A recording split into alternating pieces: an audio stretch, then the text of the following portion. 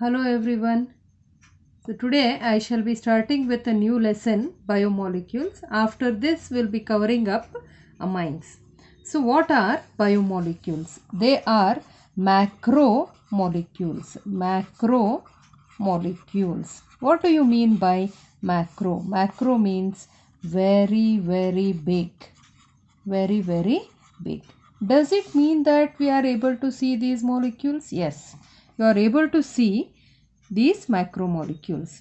So what are the examples of these macromolecules? Your body itself is a huge macromolecule. Your body is made up of proteins. Your skin, your nails, your hair, all these are nothing but proteins. And what are proteins? Proteins are macromolecules which are, since they are present in the living beings, they are called as biomolecules. So what other than proteins are biomolecules? They include carbohydrates. So carbohydrates, proteins and nucleic acids are biomolecules. Other than this, are there any other biomolecules? They include oils and fats. We are able to see all these molecules with our naked eyes. So what are the example for carbohydrates? Example for carbohydrates includes rice, wheat, jowar and all millets. Akki, Godi, Ragi, Jola, etc. And what are the examples for proteins other than your own body? Examples of proteins include all pulses. Pulses andre dicots, dicotyledons, which includes groundnut,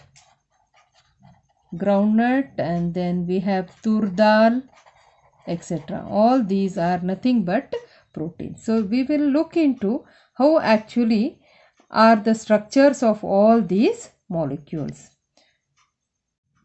Proteins are called as building blocks of the body. Building blocks of our body. So you know buildings are made up of what we call as bricks. So bricks of our body are nothing but proteins. And what are these proteins made up of? They are proteins are made up of amino acids. So what are amino acids? They are building blocks of proteins. And what are proteins? They are building blocks of the body. What do you mean by building blocks? Bricks. As bricks make a building, our body building is made up of what? Proteins. And what are these proteins made up of? Amino acids. So what is an amino acid? So we have two names here. One is an amino group and another one is an acidic group. In organic chemistry, amino group refers to NH2 group and acidic group refers to COOH. So we have a molecule wherein an amino group and carboxylic group both together are attached to the carbon atom. Okay. Now we already know how many friends carbon can make. It can make 4 friends. So I have 2 friends already here, NH2 and COH. Third friend is also a permanent friend, that is hydrogen. And the fourth one I am going to write R, which keeps on varying. So it varies. It can be an alkyl group or it can be an aryl group. So how do you define an amino acid?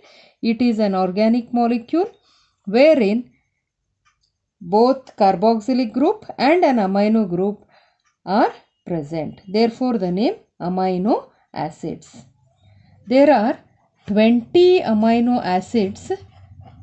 20 amino acids required for growth and development of our body. 20 amino acids are required for growth and development of living organisms. So are there any other amino acids? Yes, there are more than 300 amino acids, but 20 are very much required for growth and development of living organisms. So we'll look into classification of amino acids.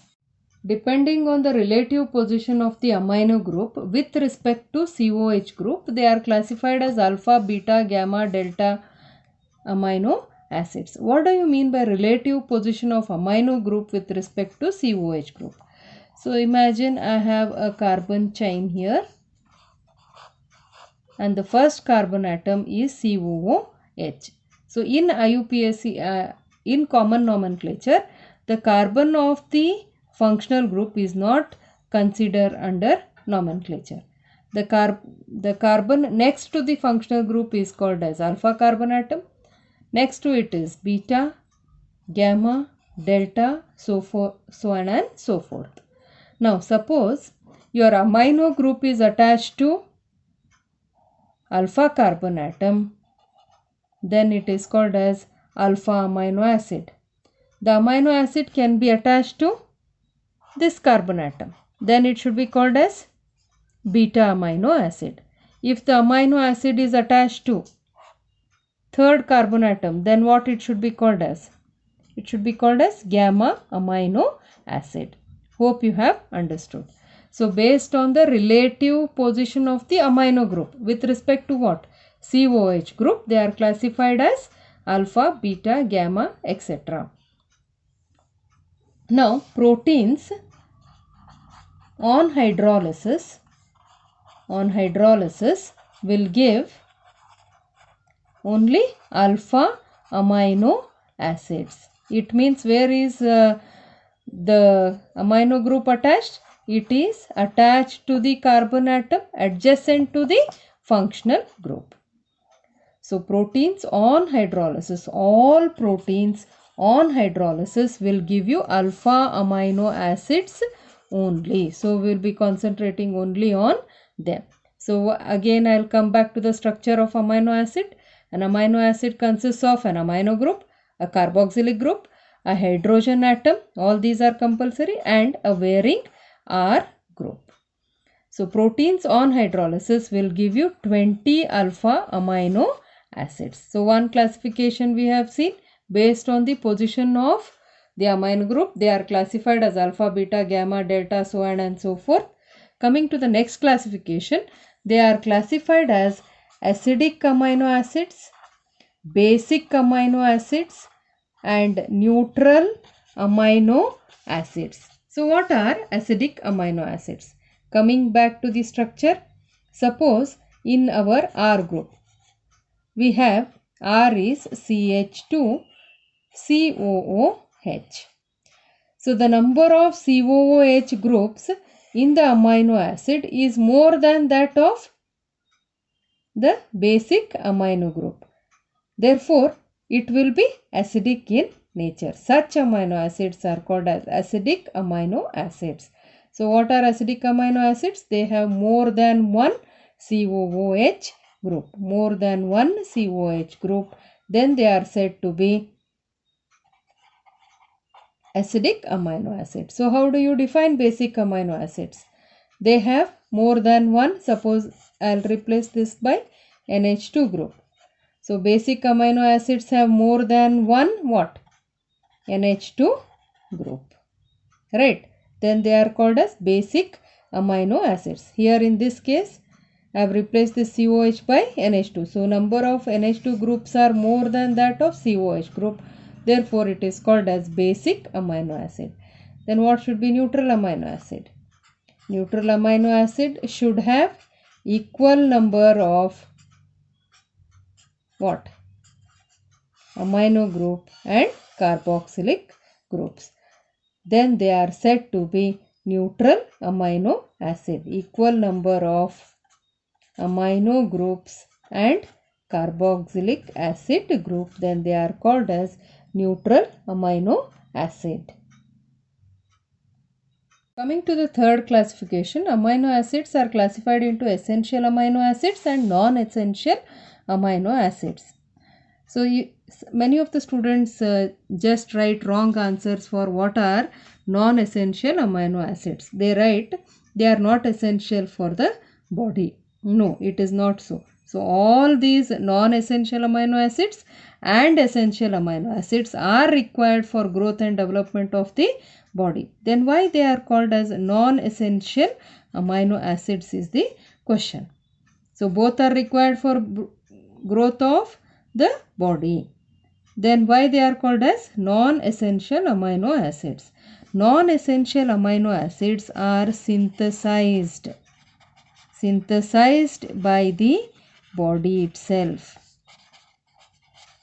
Therefore, they need not be supplied from the outside. They need not be supplied through food. So how do I get my amino acids? Through food, right? So even if you don't eat the amino acids which are produced in the cell, it is okay. Right. So how do you define non-essential amino acids?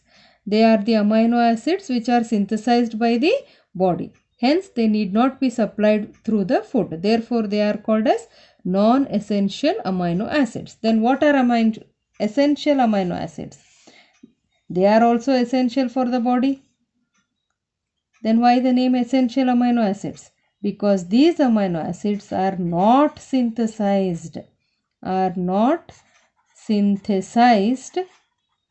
by body. Therefore, what you have to do? You have to supply them through food. Understood? So, coming to the third classification, amino acids are classified as essential amino acids and non-essential amino acids. Why the name non-essential? These amino acids are synthesized by the body. Therefore, you need not supply them through the food. Essential amino acids are not synthesized by the body. Therefore, they need to be supplied through food. So, once again, we will have a revision. Amino acids are classified into three types. First, based on the position of amino group, they are classified into alpha amino acids, beta amino acids, gamma amino acids, etc. Proteins, our macromolecules, on hydrolysis will give you what? Will give only alpha amino acids. Right? How many alpha amino acids are there for protein synthesis? Only 20. Coming to the second classification of amino acids, they are classified as acidic, basic and neutral amino acids. What are acidic amino acids? They have more than one COH group. Therefore, they are acidic in nature. Basic amino acids, they have more than one NH2 group. Hence, they are basic. Neutral amino acids have same number of amino and carboxylic group. Hence, they are neutral. So, what is the structure? What is common in the structure of amino acids? Hydrogen, NH2 and COH group are common in the structure of an amino acid, and what keeps on varying? R keeps on varying in an amino acids. Therefore, you have different amino acids. Coming to the third classification, as I had already explained, essential and non-essential amino acid. We'll take up an interesting thing here. So we have COH group, NH2 group, H group, and I will write R as CH3. Now what type of molecule is this? Do you remember? You have studied it in the first lesson. It is a chiral molecule. It is chiral in nature, and this is said to be chiral carbon atom. So if this is a chiral molecule, it should have a mirror image, right? So they are said to be enantiomers. So all amino acids are optically active compounds. The only amino acid which is not optically active is glycine. So I am going to write structure of glycine here, where R is replaced by H. So since both hydrogen atoms are same, it is optically inactive. So in CET, they will ask which is optically inactive amino acid. That is nothing but glycine. Rest other amino acids are optically active. Amino acids are usually colorless crystalline solids. They are crystalline in nature and they are water soluble with high melting point, and they behave like salts rather than simple amines or carboxylic acid.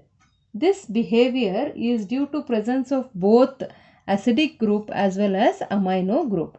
So when you put these amino acids in aqueous medium, what happens is H plus is released and you get COM minus, and your NH2 group accepts that H plus released and NH2 becomes NH3 and you get a positive charge here. So this molecule is having both positive and negative charges in a single molecule. So such ions. So what are ions? Ions are the species which carry charge. So such ions which carry both positive and negative charge in the same molecule are said to be Zwitter ions, not Twitter. It is said to be Zwitter ion. So what are Zwitter ions? They are the ions which have both positive and negative charge in the same molecule. So all amino acids exist in Zwitter ion form. And what is the nature of Zwitter ion form? They are salts in nature. They are said to be salts. So in the exam, they may ask you to write Zwitter ion form of glycine. So what will you write? You are going to replace R by H. Then it becomes glycine. Or write the structure of Zwitter ion form of an optically inactive amino acid. So again you are going to replace R by H. It should be glycine. Hope you have understood.